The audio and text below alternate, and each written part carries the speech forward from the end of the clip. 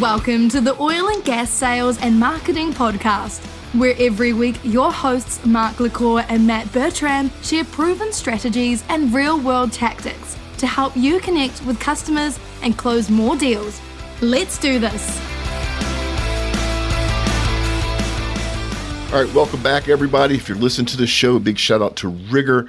Just got to tell you, these guys are awesome. If you want to manage your oilfield operations from anywhere with Rigor, online or offline, whether it's scheduling, dispatching jobs, tracking employee hours, managing equipment rentals, or inspections and maintenance, you can create, review, approve, and upload all types of field tickets and agreements securely from any device. Plus, you can generate invoices same day and run powerful operation management and dashboards on your desktop or phone. No paper, no errors, no headaches. Learn more at rigor.us. Link is in the show notes. What's up, Matt? Boom. There it is. We're here. Boom, we are here. And you know what we're going to talk about today, Matt? What are we talking about today, Mark? Entry-level sales basics in oil and gas. The industry is booming right now. There's been a lot of new hires, and we need to kind of talk about the basics. You get so flustered when you get a new hire, a new sales position. You're drinking from the fire hose. You're trying to learn the company, the culture, the tools, your clients, and sometimes you forget the basics. And at the same time, if you've been selling oil and gas for 8, 10, 15 years, times are good right now. Sometimes it's valuable to you to go back and kind of touch and remember the basics. Sounds good? Sounds good. All right, so the first one, here's one that people always lose track of. Remember, when you're selling whatever product or service you are, it's not about the features and functionality of the product. It's about what is the benefit of the product. There's an old saying that people don't buy drills, they buy a tool that makes holes, right? And that's what you have to think. Always take a step back from whatever your product or service does and understand what problem does it solve and how does solving that problem benefit your prospects. So one of the first things from Sales Basics 101 is just remember that the benefits come first. Yeah, I mean, features and benefits, it's how it starts. And you got to figure out, well, why is it benefiting that person? Who is it solving? And typically, even with like startups, right, on the other end of the spectrum, sometimes people come up with a product and then figure out the market to sell it to. Really, you figure out the problem, you solve the problem, you figure out how it solves it, then that describes the benefits through the features, right? So you got to work backwards. Yep. Yeah. Whether you're selling 1-inch ball valves or multi-million-dollar blowout preventers or drilling fluids, it's always the benefit of that product, not the features and functionalities of it. Number 2, and here's one that makes it much easier in today's world. It's much harder when I got started in sales 26 years ago, but research and understand your prospects.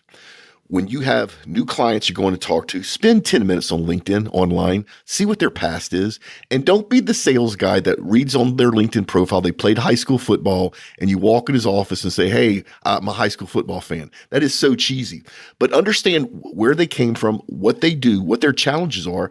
Another really cool thing to do is connect not only with the people that you're meeting with, but connect with that management team. This way on social, when you post stuff, not only does your prospect see it, but the management team itself sees it. Understanding what your prospects have to deal with if they work for a public company, you can go to the company's website and pull down their 10K. By law, in that 10K each year, the CEO has to recognize and verbalize or articulate what are the challenges they're facing that year. And those 10Ks are invaluable. If the CEO calls out the fact that one of the problems they're facing this year is their inability to recruit or retain talent, you know they're running a lean ship. So when you meet your prospect, if your product or solution helps do more with less people, that's what you want to talk about. But you would know none of that unless you do some research and understand your prospects. Yeah. I mean, to add to that from the marketing side of things, I would even back up and say your sales has a certain customer journey and you're developing a target persona, whether it's C-level, it's in the field, procurement, whoever you're trying to talk to, you need to understand going to the 10Ks is a great place to go. Understand what the goals are and what their KPIs or what they're trying to achieve in their role is. And mostly why people buy at bigger companies is they buy from somebody that they're not going to look bad, right? They're not going to take a risk. And so you got to be well educated and well versed, and you got to be speaking their language. And now today, from a marketing standpoint at a high level and 10Ks all the way down to the individual person you're talking to, there's so much information on social media, online. You can look at their profiles and see kind of what they're posting, understand even what type of person that is, right? Like, do you need to get right to the point?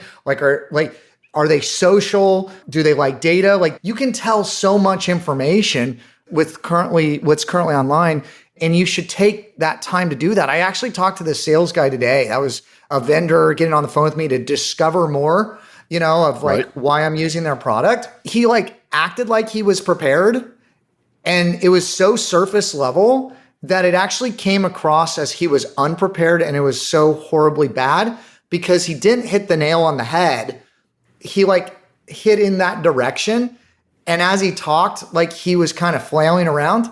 And I'm sure that any buyers, or even we've all probably bought and sold different things in some way or another, you deal with that. And when people don't know what they're talking about, it's the most off-putting thing. I mean, that's what we were talking about one of the last podcasts on.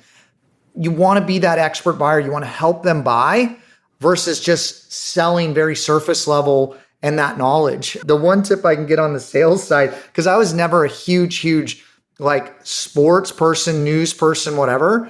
But a lot of people I called on there was like something called like the skinny or something like that. It was for, I think, women.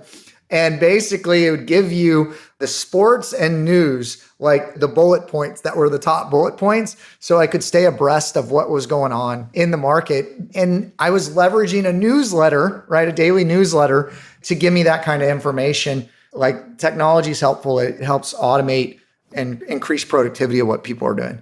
Yeah. And back to your earlier point. So one of the things is if you're that sales guy that's not prepared, it's okay to say, hey, I'm not prepared. Being open and transparent is okay. Say I had a busy week. I'm not quite sure, what you're struggling with. The other thing is we use a tool internally called Zoom Info, which is not the web conferencing tool. This one's called Zoom Info. And with Zoom Info, if I go look at your company, I can see not only their entire tech stack, what they're running the back office with and everything. I can see if any of our competitors are in there. So I know going into the call or into the meeting if they're working with any of our competitors. So doing that background research on your prospect is invaluable. And if you don't do it, to Matt's point, it's going to be apparent. I mean, if you find yourself in a situation where you didn't have time to do it, just be open and honest and say, look, I was busy, sick child, I had to get kids to work or whatever. I had no time to look at your website. I do this all the time. And when you're open and transparent, people will stop and they'll give you the high level overview that you don't know just to help you. But if you try to wing it, you're going to get caught every time. Yeah, no, I mean, being genuine, making that genuine connection. You can connect on kids, you can connect on being busy, you can connect on those things. And you're just looking for some common ground to break the ice, to get the conversation started.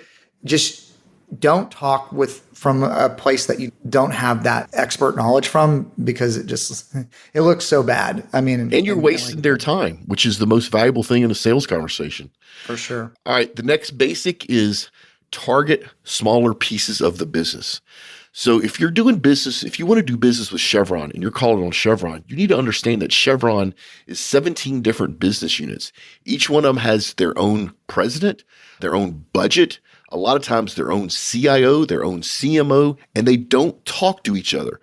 So Chevron E&P doesn't talk or even know the people in Chevron Pipeline, who don't talk or even know the people in Chevron Refining, and so on and so on.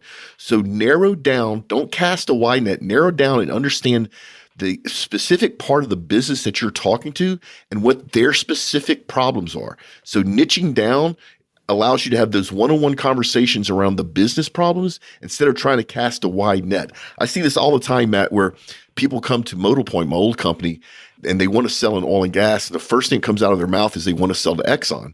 And I have to stop them and say, number one, Exxon's not one big company. It's a bunch of individual companies. So you got to pick which one. And quite frankly, the hardest, lowest margin deal you will ever pull off in your company's history will be with ExxonMobil. They're experts at buying stuff, right?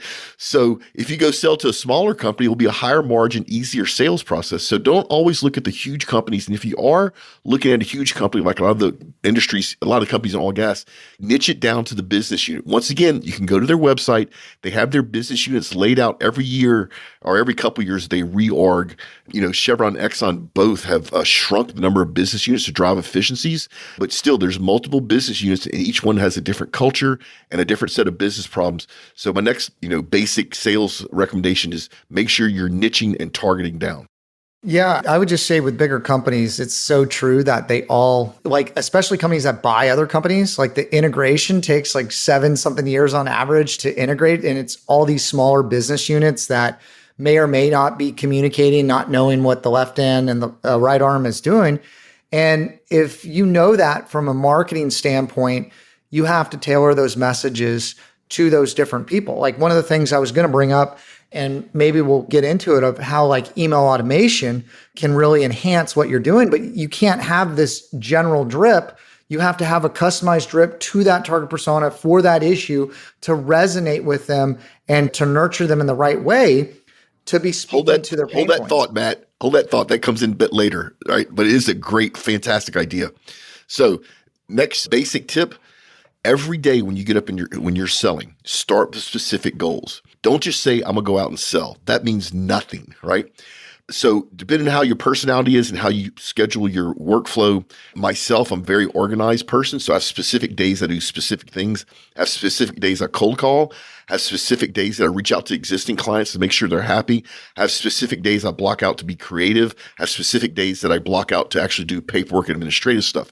If your personality isn't like that, you can carve out different times of the day. So from this time to this time, I'm going to cold call. From this time to this time, I'm going to do paperwork. I'm going to fill up my CRM, whatever. But make sure you break up your workflow into very specific goals. And if you need to write them down, write them down. Because if you just show up to sell, you're going to be inefficient. We all know this. You come into the office at 8 o'clock, you grab a cup of coffee, you go talk to your buddy in the next cube. Then it's time, you go to the bathroom, then you go check a couple of emails, then it's lunchtime, then you go talk to somebody else. You maybe make a customer call or two and it's time to go home. You've wasted that day. If you would have broken it up to specific goals, it drives much more efficiencies. And if you're in sales, I suggest that your goals are worked backwards from whatever your yearly number is. If you have a quota, work that backwards to actual day and monthly goals. If you have a certain number of deals that you need to you need to close a quarter, or a certain number of calls that you make a day, work that backwards, but always start your sales day with specific goals. Yeah, I mean, I think that that's great. Anytime that you prep ahead of it, or even the week before or the day before, you're so much more effective.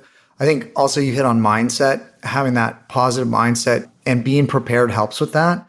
And then having a list, having a checklist, like these are the things that I want to get done. Like, I don't know what the data supports it, but it's so much higher if you actually have a list and you go down that list and you check it off. Having that prep, having that right mindset is critical. Yep. The next basic. And we talked about this on the last podcast a little bit about how the actual decision maker doesn't exist in oil and gas, that you have decision-making teams. But still, they're in that decision-making team. There's a guy or girl that has more influence than the others. There's the person that actually has to use and implement the product, whereas the rest of the people are just advising. So my tip is make sure you connect with the right people. One of the things that I do a lot, especially if I'm cold calling a new company, is I typically come in at the senior sales level because I'm selling podcast sponsorships, and the salespeople get it almost immediately, even though my budget comes out of marketing. So what I do is I target the senior salespeople in the company, but I also start forming relationships at the same time with the senior marketing, because I know ahead of time that if the sales leadership buys into wanting to sponsor a podcast, then I'm going to have a conversation with marketing. And that conversation is much more productive if they already know who I am and I've already started a conversation with them online. So, make sure you connect with the right people, not just the person that's going to sign the PO for whatever you're selling. Yeah, no, when you're catacoming, I call it catacoming a company, like you get into a company and you're trying to branch out into those different business units and you're trying to get in front of them. You're doing a lot of something, I don't know, I'm kind of coining this phrase like on the spot. I'm sure it's already been coined, but like you're kind of doing some micro marketing as a salesperson, 100%. Right? You're like pens and pads, right? Dropping off pens and pads is a form of marketing, trying to stay in front of that person when that person's ready to buy. Even online, there's certain things like we make lists of, hey, is this person active on LinkedIn, right? Can we engage with them on LinkedIn, or are they on other platforms? And that factors into our prospecting of developing new business. Like, how are we going to get access to them? How are we going to engage with them? How are we going to understand what they're doing? And you got to figure that out and figure out, how can I stay in front of this person if you've identified them as your top 50 or 100 target list? And then what you're doing is you're doing marketing on your own, and then hopefully getting with your marketing department to figure out how to tie into broader campaigns. Matt, this is a perfect segue. And folks, we don't rehearse this. We don't know what the subject is we're going to talk about until 5 minutes before we record the show. But my next tip, my basic tip was embrace and learn storytelling. In the old days, you were taught to have an elevator pitch, right? A 30-second pitch of what your product or service does, who you are, who's your company is sold to, so that if somebody asks you, you could pitch that. That doesn't work. It doesn't work anymore. I'm not sure it even worked in the 80s and 90s when it was really popular.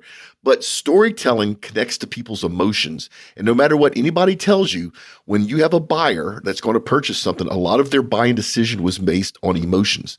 So learn how to be a good storyteller. Now, that doesn't mean you shouldn't have a 30-second story, right? If you run into somebody that's a senior person and you're in the elevator with them and you only got a few minutes of time, you can have a 30-second story, but not a 30-second elevator pitch. So just make sure that as you're selling, especially if you're new, go hang out with the existing salespeople and listen to them. What you'll hear them do 90% of the time without their even being aware of it is they're telling stories. They're telling stories of how they helped past customers with problems. They're telling stories about how they help companies buy certain things. They're telling stories about what their competition has done well or what they haven't done well. They're telling stories about what the market's doing. It's all around storytelling. And this is a perfect segue to what Matt was just talking about, is being able to tell those stories in different ways and different formats on different platforms. Yeah, I mean, taking that storytelling of what the senior salespeople have done is they've had a story to answer a specific question or overcome a certain objection. Typically, when you walk into someone's office, they already know who you're with and they know what you sell if you're a big enough company.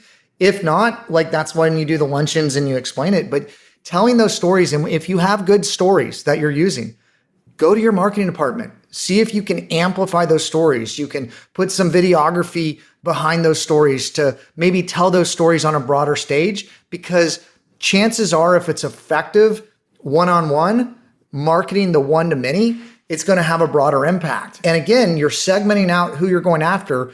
You have to have these marketing channels and these customer journeys and these micro moments where you're touching them with different pieces of content to get them to take that next step in your quote unquote sales funnel, right? And your sales manager should be able to help you guide that and would have those relationships with marketing. So if there's something that works 80% of the time and you kind of have incorporated that into your pitch, please go to your sales manager, go to your marketer and say, hey, this is something that we might be able to help with on a broader perspective. And if you're a new marketing person, getting access to people at that level, they appreciate it. Okay. It's helpful to them because they need experience from the field, but also it's going to put a highlight on you at the company where you're going to have more visibility and get more involved in stuff. And it's going to help you with your career progression. Yep, 100%. My next beginner tip, do not ignore your competition. In fact, I used to be famous for going to introduce myself to my competitors all over the world when I would see them in the same offices that I was visiting. My manager actually in the beginning had a problem with it because they're worried that I was looking for another job. The truth is, I wanted my competitors to know that there was competition and it was me. It does a couple of things. Number one, make sure that your competitors are very price sensitive, which always helps you if you can actually sell something that's not based on price, but your competitors are worried about competition, so they automatically lower their prices and you don't. That gives you higher margin deals. It's a bit of a mind game. The other thing is you're not perfect. And if your company's telling you that your product or service is perfect, they're wrong. Your competitor probably has one or two things that they do better than you. You need to learn what those are, not only as a way to continue the sale, but to feedback to your company, especially to product development, so they can actually have real things they can improve upon so you can narrow that gap. And then finally, if you understand your competitors' pricing and how they pitch their product or service, it makes it so much easier for you to counter it. Same way, if you understand your competitors that well, you can help your client or your prospect craft the RFP so it automatically, if you go that far, it automatically favors you. I've done that several times in my career where my client or my prospect, because of our domain expertise, asked us to help write the RFP. Well, of course I wrote the RFP where we would be the winner in it, and we won those deals. So my next basic tip is never ignore your competitors. So I would add two things to this. Certainly engaging with the competitors, looking at how they're utilizing the information, how they're selling. There's certainly a lot of learning that can be done on their tips. On the marketing side of things, you can see what ads they're running, how long, what they changed to. You can see where they're ranking. There's all kinds of competitive data. And we were even talking in the pre-interview how it can certainly get pretty dirty, how people are running ads on people's names and they can be calling them out. And so it's really important to understand who your competitors is. I would put a little bit of a spin on it to say, if you're in any kind of channel partnerships or you're selling anything, or you have a big bag of things that you're selling, or you have different partners, looking at how they do their marketing and how they message it. Like, so if they're an expert in a particular area, I was actually on a multi-agency call yesterday, and the owners of the company were like, hey, we have all these different vendors that we're selling as a distributor for. We need to incorporate their marketing, right, in these particular areas because they've already done all the research. They already know it. They already have it honed in. We're kind of painting with a broad brush here. Let's get really specific. Let's bring them in. Let's partner with them and leverage all their knowledge and data to move the needle forward faster, right? So it's kind of taking a aggregated approach to what's most effective. Yeah, love it. So my next tip 10 years ago would have been pick up the phone. I've now changed that to reach out. It used to be the phone, cold calling the phone worked. Actually, it worked very well, but that's during a time when there was no internet, there was no email, there was no voicemail, there was no caller ID, and the only business communication tool was a telephone, and people weren't as busy. So when you called them, when you did a literally cold call on the telephone and they answered, if you did it well, they wanted to talk to you. Well, that's not today. Now, when you call somebody on the phone that you don't know, you're interfering with their day, they're probably not going to answer because of caller ID. But you definitely can send cold call emails. We do this all the time. Don't be afraid to actually reach out. Now, there's a couple of things here. Matt's, as soon as I finish talking, Matt's going to start talking about email automation, which fits in here perfectly, right? But what doesn't fit in here is stuff that's non-personalized, that is not talking to that prospect directly.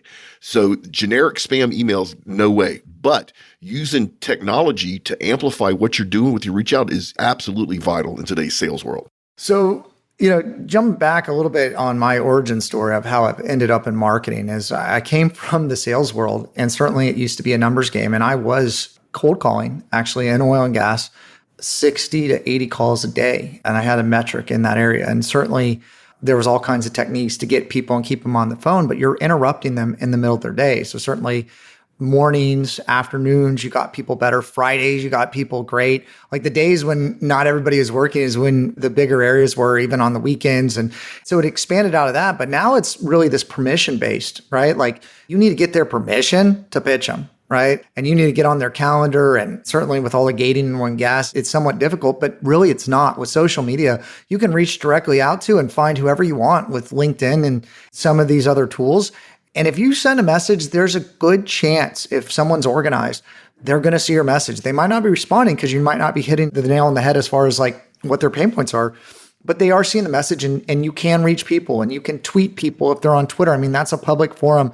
There's more appropriate ways to reach out to people, and there's certainly ways to do that. There's actually a whole strategy that we have to support sales teams to warm up leads utilizing social media, which I won't go into right now, but if anybody has some interest, I can talk more about that later. Automation, there's a lot of different ways to look at it. There's automation on different tools. There's things that can wish people happy birthdays, right? Like you can automate wishing people happy birthday on like Facebook with different things. You can do things on LinkedIn. You got to always look at their terms of service to make sure you're not violating it or you're going to get your account shut down. But there's a lot of good CRMs that help you do this. And really, we're talking about personalization, okay? And like personalization automation at scale, because it's like a numbers game if you're trying to close a deal in whatever sales cycle you're in to get that person to raise your hand and then to give them the same experience as you would give them if they were your only lead, right? And that's what you're really trying to do with email automation, to not, go too deep into the technical, but like retargeting. Okay. Example of retargeting means they come to your website and you show them an ad.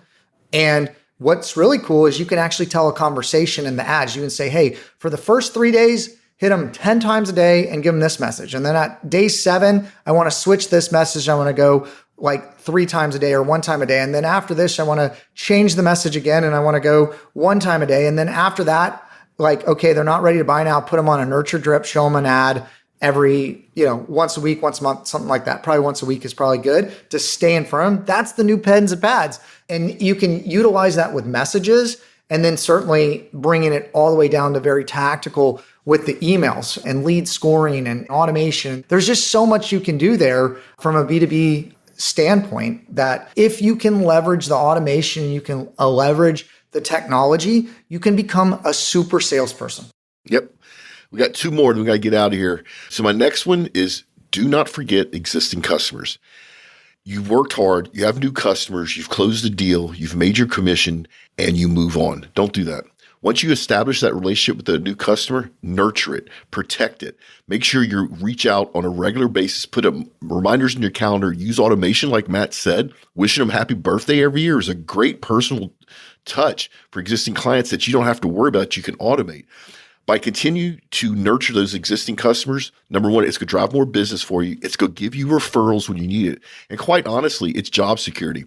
There's no better job security than having existing customers that love you when you're a sales guy, because then they want to hire you to come work for them.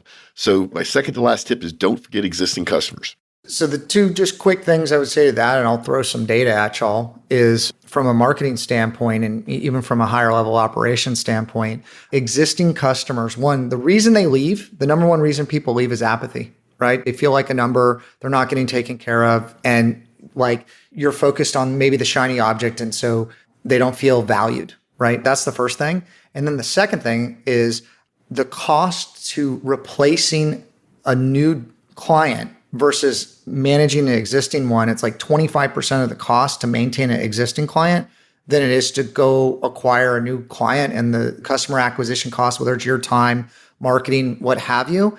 And so referrals too, right? Like referrals in the business and outside the business. The best source of referrals is your network, right? You want to continue to strengthen your network. If they're doing business with you and they're happy and they like you, you want to continue to foster those relationships, and positive things will happen.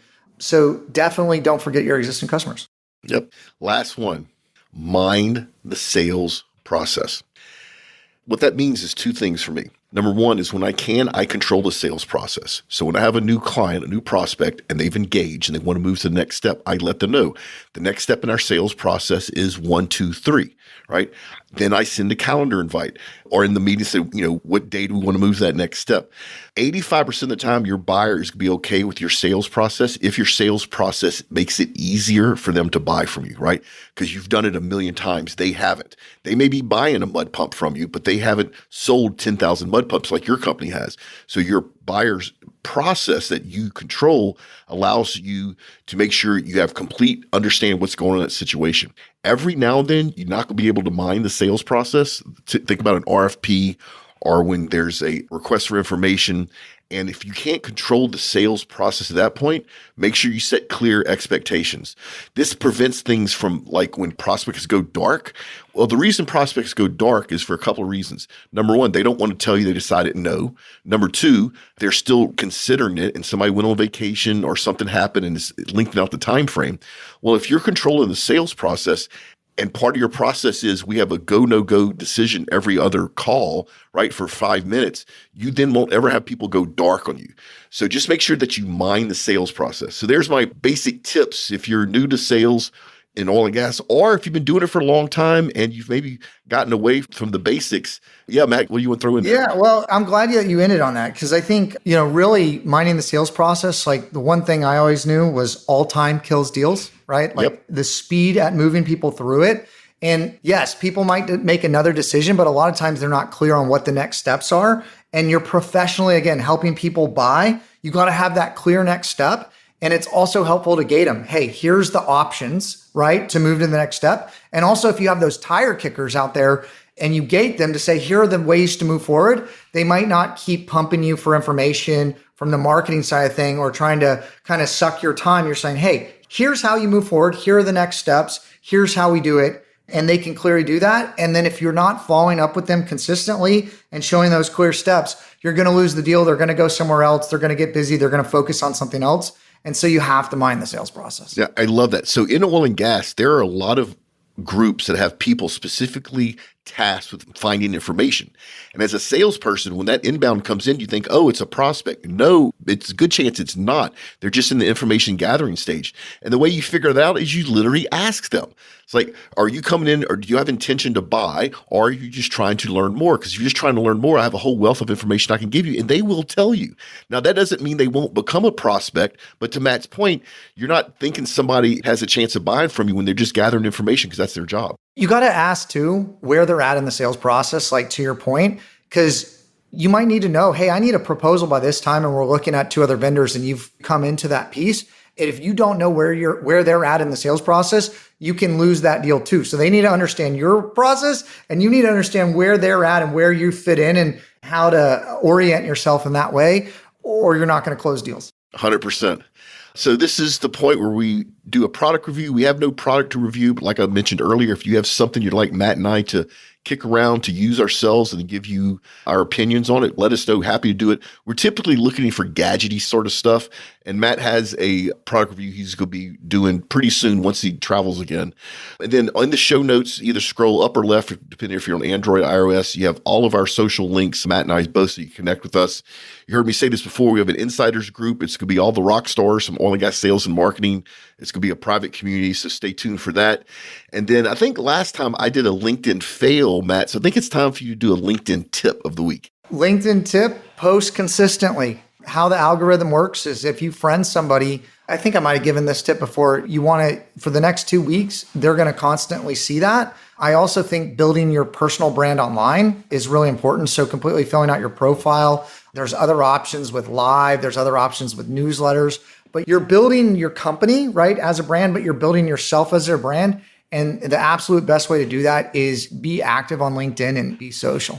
Yeah. And people, if you don't have a profile picture, I'm not going to talk to you. At least put a profile picture up there. Okay. So LinkedIn, this is maybe a little bit older data. Typically, people on LinkedIn logged in every 21 days. That's probably shrunk in that time period. But yeah, if you're prospecting and someone doesn't even have a profile picture, they're like not even on the list, right? Because I'm like, this person's not logging in. They're not active. If you want to engage with people or be engaged, like you have to post consistently so people can see it. And people will start seeing your stuff and recognizing what you have and start engaging with you. And that's how you're going to build community online. And it's the new way to sell today. Like you might not have time to go to that networking meeting. You might not have time to go there. Certainly you want to show face, but how you're going to stay engaged and connect with people and grow that network and expand those boundaries is online. It's a great tool. And Matt needs to get out of here. So remember, folks, make a difference, not a sale. Check us out next week for another enriching and cheeky episode of Oil and Gas Sales and Marketing Podcast,